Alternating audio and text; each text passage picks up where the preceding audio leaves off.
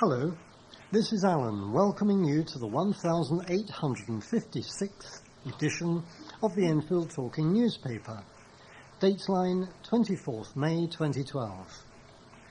The readers this week are Jenny, Phil, Sonia, Alan and Keith on the controls. The items that we will be reading come from our local newspapers, the Enfield Gazette, the Enfield Advertiser and Independent, and are their copyright. Local stories include Group wants to replace historic trees, Biting back at bad dog owners, Knife law has got to change, and MP Dubois lands leading role on Tory backbench. Now we do have one item of local information news about Enfield Library Service that I'd like to read out first. We've received a special notice from Enfield Library Service about a special event on 7th of June at Enfield Town Library as part of Making a Noise in Libraries, a national event to bring libraries and visually impaired people closer together. On Thursday, the 7th of June, at the Enfield Town Library, there will be 4 one-hour sessions to demonstrate how to use the Zoom text software. There will be another set of one-hour sessions on Tuesday, the 12th of June, at the Palmer's Green Library. And for more information, you can call the library service on 020 8379 8341. Eventually, the library service hopes to have Zoom text software available in its 6 main branches, which are Enfield Town Library, Edmonton Green Library, Ordnance Road Library, Ridge Avenue Library, Palmer's Green Library and Southgate Circus Library. The library service currently has the following equipment which may be of interest, all of which is available at the Ordnance Road Library. They have computers with large screens, large print keyboards and trackball. They have screen reading software, JAWS it's called. They have magnification software with optional speech, that's Zoom text. They have internet and email facilities and text to Braille translator, Duxbury, and a Braille embosser. Ruby OpenBook is available, which is a printed word reading machine. And they also have MyReader for enlarging handwritten and printed text. That's the end of that notice. If you are experiencing any problems receiving your Enfield Talking newspaper, please phone Diane de Jersey on 020 8805 6578. She is your listener's representative and will be pleased to help you. At the end of side 2, please remember to turn over the address label in your postal packet. Put the cassette into the packet and return it to us as soon as possible, in readiness for the next edition. And now Jenny will read the first item of local news. Jenny. The mother of murdered student Stephen Grisales is calling on the government to get tough on young offenders before another family loses a child. After last week's conviction at the Old Bailey of a 15-year-old boy for Stephen's murder, Jasmine Grisales, who attended every day of the 5-week trial, wants more done to clamp down on young offenders who repeatedly flout the law, believing they are protected by their age. The teenager, who cannot be named for legal reasons, was found guilty last Wednesday, having maintained throughout the trial that it was another boy who had carried out the knife attack. Those young people who attacked Stephen had criminal records. The law has to change, the 37-year-old told the Advertiser. When we're young, we all do stupid things. I understand that. But there has to be a point where you have to put a stop to this. And we have to make sure that the government works hard to change the law, to stop young offenders breaking the law again and again, because they will end up hurting someone. The 21-year-old victim's heartbroken mother believes that the anti-knife laws currently in place failed to protect her eldest son, who was stabbed through the heart after a row over conkers on August the 31st last year. London isn't working, she said. Young people continue to carry knives. They are laughing at the law, laughing at the police. They think the police can't do anything about this because we are young, and that is just horrible. But Jasmine, who also has 2 daughters and a 3-year-old son, refuses to be bitter. She said, "I never think about him, the defendant. Every day I wake up and the first thing I think about is my children. To think about him would be a waste of time." She stressed that the blame for Stephen's death lay with the parents of teenage thugs, not the state. People say it's the government's fault. It's not the government. That's ridiculous, she said. "I had Stephen when I was very young," added Jasmine.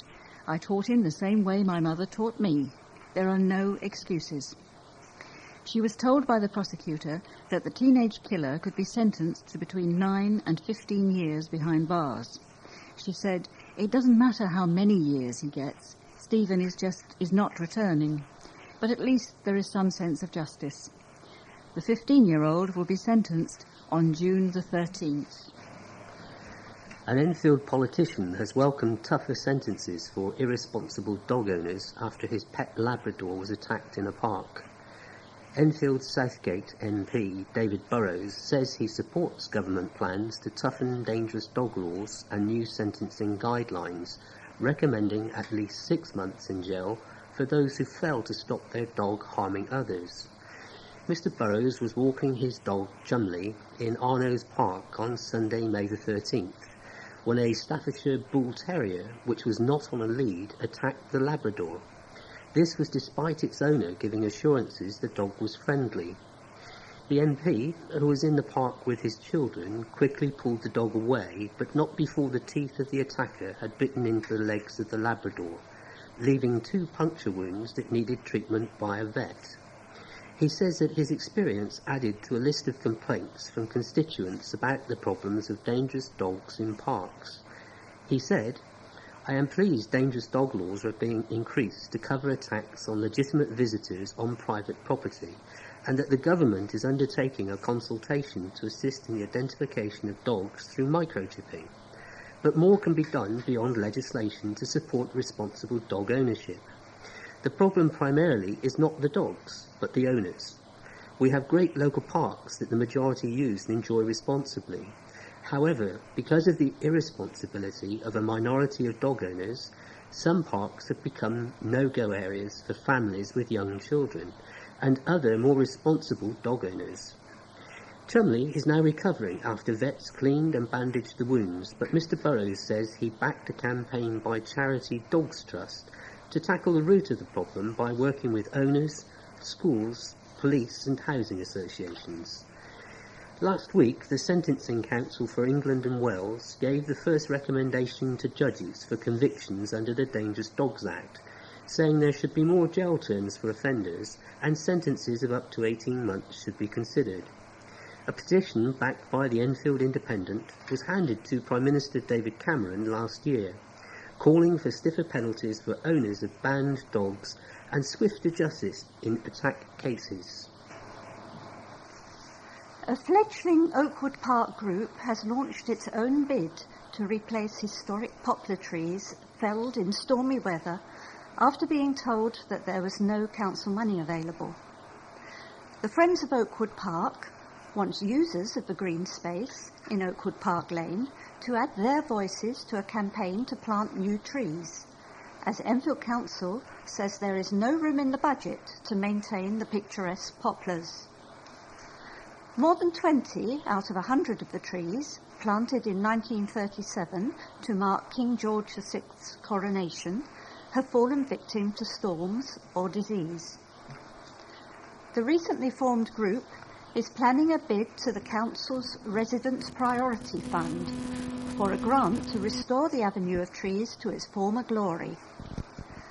Coordinator Kevin Henry, who lives in nearby Fountains Crescent, said, "Many of these trees have fallen down and it leaves a noticeable hole when you walk through the park. The council hasn't directly budgeted for maintaining them, but hopefully we can get the money to replace them and maybe commemorate the restoration to this year's Diamond Jubilee. The £2.1 million fund set up by the council last year is split among the wards of Enfield, with small pots of cash handed out to schemes and projects put forward by local people. But any ideas need the backing of voters, and the Friends of Oakwood Park held a meeting in the Park's Cafe on Sunday to drum up support before a bid for the money is made. The group is encouraging park users to respond to a survey available in the cafe, in Southgate Library and Oakwood Library, or email foopn14@btinternet.com with a message of support. Enfield North MP Nick Dubois has been elected as Secretary of the influential group of backbench Conservative MPs, the 1922 Committee.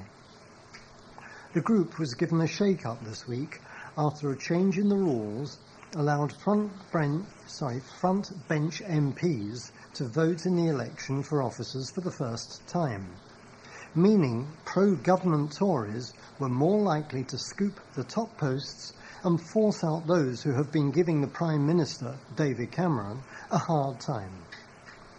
Mr. Dubois is adamant he is neither a hardline traditionalist nor a fervent moderniser, and claims he was elected to the position because he came through the middle, as it were. It has been reported the 53-year-old is broadly popular across the Conservative benches.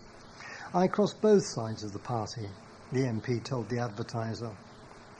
Mr. Dubois denied that the new moderniser make-up of the committee would stop him holding the government to account on issues that anger rank-and-file Tory MPs. He said, "I see my job as Secretary on the 1922 Committee as reporting backbench opinion to government in an open, honest and frank manner. We have to speak for the party. In my role as Secretary, I will reflect the views of the party, and I will do just that," he added. Staffordshire Moorlands MP Karen Bradley, who has been labelled a Cameron sympathiser, will work alongside Mr. Dubois as Joint Secretary of the Committee. A student from Barnet and Southgate College has qualified for the England students' rugby team.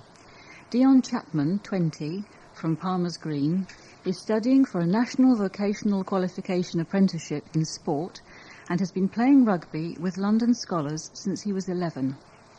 Dion qualified for the national students team after completing a series of training sessions and trial matches. He said, "I am really happy and excited. I've waited for this for a long time. I'm looking forward to gaining more experience and enjoying rugby at a higher level." The team is made up of 30 students, which is whittled down to 20 for the Home Nations tournament in June, when England, Scotland, Wales and Ireland will compete. A Great Britain team is then selected from this tournament and will go on to play internationally against university teams from Australia and New Zealand. Speaking about his passion for the sport, Dion said, "I like the physical aspect of the game as well as the discipline, the teamwork and the training. I want to become a professional rugby league player, but if I can't do that, then I want to coach rugby league and give kids in the area the good coaching I had when I started." College Principal David Burns said, "Barnet and Southgate College is very proud of Dion's achievement. He really is an inspiration to our other sports students. Dion has been an avid rugby player for many years, and his hard work at college and his training on the rugby pitch has paid off. We wish him luck for the Home Nations tournament in June." Care home residents have been busy making bunting and decorations for a Jubilee party in their backyard. Residents of Eastbrook House in Eastbrook Avenue, Edmonton, have invited residents from the neighbouring cul-de-sacs of St Michael's Avenue and St Andrews Road to the party on the extra bank holiday on June 5th. The celebration is one of 16 to which Enfield Council awarded community grants of between £250 and £400. teacher and resident Carol Elul helped organise a party at the care home for last year's royal wedding. She said, "People often leave their front doors and get straight into their cars and go these days. But after last year's party, we are seeing more people are stopping to talk to each other. A lot of people have lived here for 30 or 40 years, and they are moving on, so this party is a chance for new neighbours to get to meet each other." The funding has helped pay for a singer, bouncy castle, and a souvenir keyring for all attendees.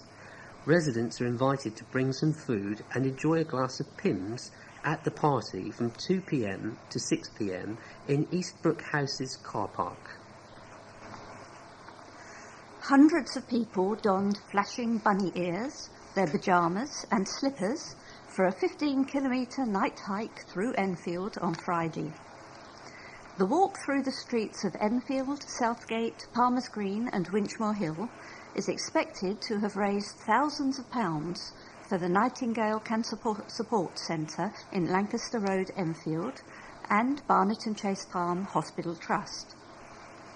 Residents, workers and councillors joined in the fun, along with Enfield Southgate MP David Burrows, who donned a pair of Margaret Thatcher slippers for the occasion. During the 4-hour walk, which started in drizzle, the hikers stopped off at Asda in Southgate for refreshments and at the Intimate Theatre in Palmer's Green for a rejuvenating massage and cupcakes, which helped them make it across the finish line at the Civic Centre in Enfield Town.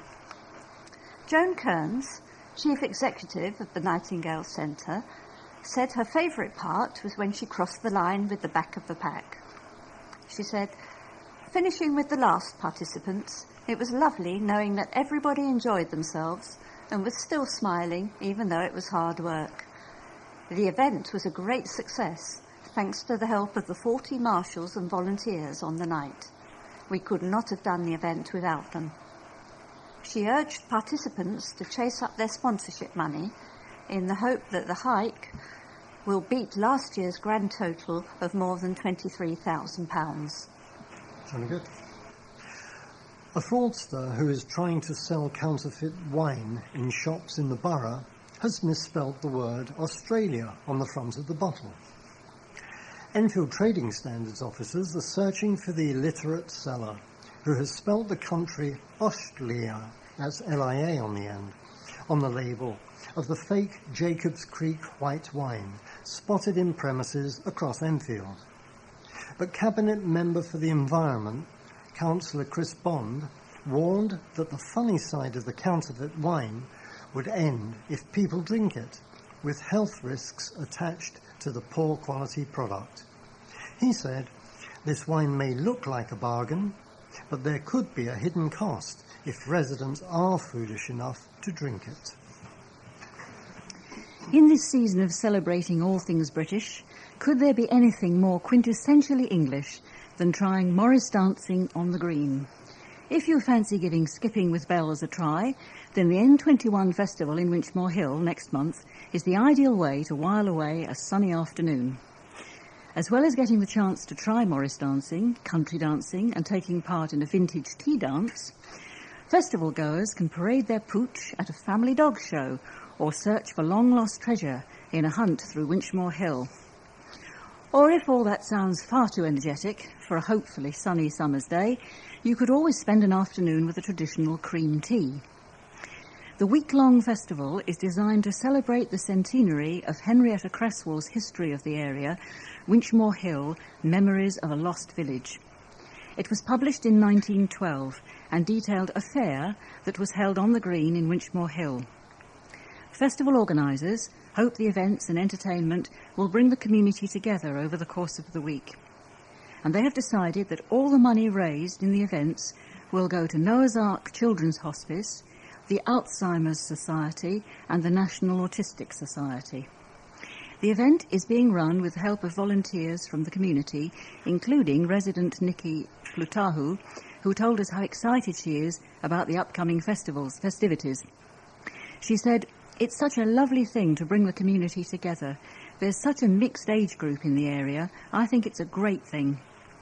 The community celebration lasts from June the 16th to the 23rd, and a full festival schedule and details of the events can be found at www.n21.net. A woman has criticised NHS bosses for denying her a simple procedure that would destroy her brain tumour, forcing her to undergo a potentially more serious and expensive operation in the future. Doctors at St Bartholomew's Hospital in the City of London had recommended that Angela Steele of Cecil Road, Southgate, be treated for her benign acoustic neuroma using a cyber-knife machine. The non-invasive procedure uses beams of radiation to kill tumour cells, but health chiefs have refused to fund the treatment, claiming there is not enough evidence that it will be any more effective than other procedures that are available. In the past year, Barts has successfully treated 15 acoustic neuromas using the cyber-knife. The 66-year-old said that she would have to wait until the tumour growing on the acoustic nerve next to her ear was big enough to be surgically removed. The hairdresser, who was diagnosed in May 2007, said that waiting for the operation had left her at unnecessary risk. "It is a very serious and very delicate operation," she said. "There are facial nerves around it, and if it touches any of them, it can cause facial paralysis. Cyberknife might be expensive, but the operation, I was told, would cost very much the same, and there would be aftercare." Mrs. Steele added that delaying her treatment was causing her and her family unnecessary stress. "I want to get back to my life and get this treatment dealt with," she said. She is appealing against the decision and is due to meet the North Central London NHS Trust on Thursday. A spokeswoman for the Trust said, "We take the needs of individual patients very seriously indeed, but we are required to balance these against the needs of other patients." A new construction centre will open at an Enfield college in September in a bid to get more people learning the trade. The centre in Hertford Road cost £2 million to build and will form part of the College of Haringey, Enfield and North East London. The new construction hub will provide hundreds of places for building students. The college, which also has a centre in Tottenham, brought construction courses to its Enfield centre in 2010. Paul Head, Principal and Chief Executive of the college, said, "Regeneration in Enfield is high on the agenda, with the council investing and improving many of its homes, its estates and neighbourhoods.